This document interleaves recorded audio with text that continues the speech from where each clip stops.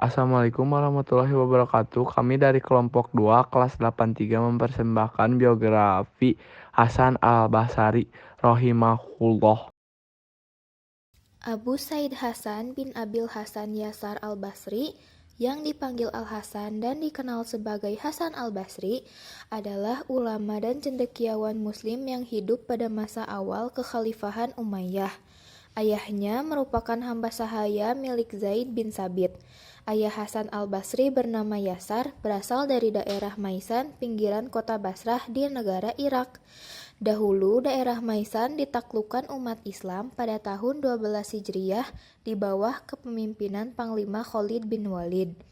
Sedangkan ibunya adalah hamba sahaya milik Ummu Salamah, istri Rasulullah Shallallahu Alaihi Wasallam.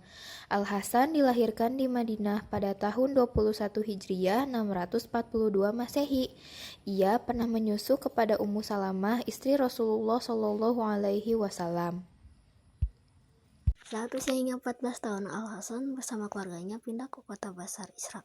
Semenjak itu ia dikenal dengan nama Hasan al-Basir, yang artinya Hasan bertempat tinggal di kota Basra. Saat itu Basra merupakan kota keilmuan yang pesat peradabannya, sehingga para tabi'in banyak singgah ke sana untuk memperdalam keilmuannya. Kehidupan keluarganya di Madinah yang berlangsung selama lebih kurang 14 tahun sejak kelahiran Hasan al-Basri sampai dengan perpindahan keluarganya ke Basrah memberi warna tersendiri bagi perkembangan pengetahuannya. Ibunya banyak memberikan pengaruh terhadap perkembangan dan pertumbuhan Hasan al-Basri. Berkat pendidikan dan pembinaan dari ibunya, maka pada usia 14 tahun Hasan al-Basri sudah menghafal Al-Quran. Sejak usia dini seperti ini, ia juga telah banyak mendengar riwayat hadis dari ibunya. Pergaulannya dengan para sahabat Nabi membuat cakrawala pengetahuan agamanya, terutama hadis, bertambah luas. Di Basrah, ia sangat aktif belajar memperdalam ilmu agama. Ia banyak belajar kepada Ibnu Abbas. Dari Ibnu Abbas, ia memperdalam ilmu tafsir, ilmu hadis, dan qiraat. Sedangkan ilmu fikih, bahasa dan sastra didapatkan dari sahabat yang lain. Hasan al-Bashir menerima banyak hadis dari para sahabat dan para tabi'in. Ibnu Hajar Al-Ashiqalani menyebutkan bahwa Hasan al-Basri masih sempat bertemu dengan Ali bin Abi Thalib, Tolhah bin Ubaidillah, dan Aisyah binti Abu Bakar.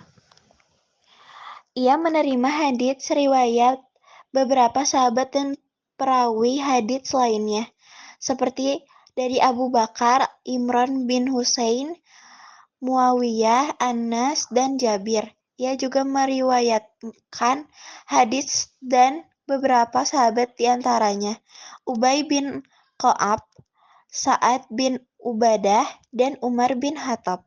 Walaupun tidak bertemu dengan mereka atau tidak mendengar langsung dari mereka, kemudian hadits-haditsnya diriwayatkan oleh Jarir bin Abi Hashim. Hasan al-Basri berguru pada golongan sahabat Nabi yaitu Utsman bin Affan, Abdullah bin Abbas, Ali bin Abi Thalib, Abu Musa al-Asy'ari, Anas bin Malik, Jabir bin Abdullah, dan Abdullah bin Umar. Dan masih banyak lagi. Menurut Ibnu Hibban, Hasan al-Basri telah menimba ilmu kepada 120 tokoh dari golongan sahabat. Hasan al-Basri kemudian dikategorikan sebagai seorang tabi'in, yaitu generasi setelah sahabat, sehingga dia muncul sebagai ulama terkemuka dalam peradaban Islam. Hasan al-Basir menjadi guru di Basrah, Irak, dan mendirikan madrasah di sana. Di antara para pengikutnya yang terkenal adalah bin Ubaid dan Washil bin Atta. Hasan al-Bahir merupakan seorang fuqaha yang berarti berkata benar dan menyuruh kepada kebenaran di hadapan para pembesar negeri, dan seorang yang tidak ada bandingnya dalam ibadah. Secara fisik, Hasan al-Basri memiliki wajah yang sangat tampan, kecerdasan dan daya ingat yang sangat kuat, serta nalar yang sangat tajam. Hasan al-Basri meninggal dunia di Basrah pada tahun 110 Hijriah atau 728 Masehi pada umur 89 tahun. Hasan al-Basri terkenal sebagai sosok yang senang menyebarkan ilmu dan mendakwahkannya kepada banyak orang. Ia dikenal sebagai seseorang yang zuhud, pemberani, serta masyhur dengan nasihat-nasihatnya yang bijak dan menginspirasi. Ia merupakan salah satu imam generasi tabi'in terkemuka yang ucapan hikmahnya menyerupai perkataan seorang nabi, seorang yang kafah dan rupawan yang telah menghabiskan seluruh umurnya untuk ilmu dan amal.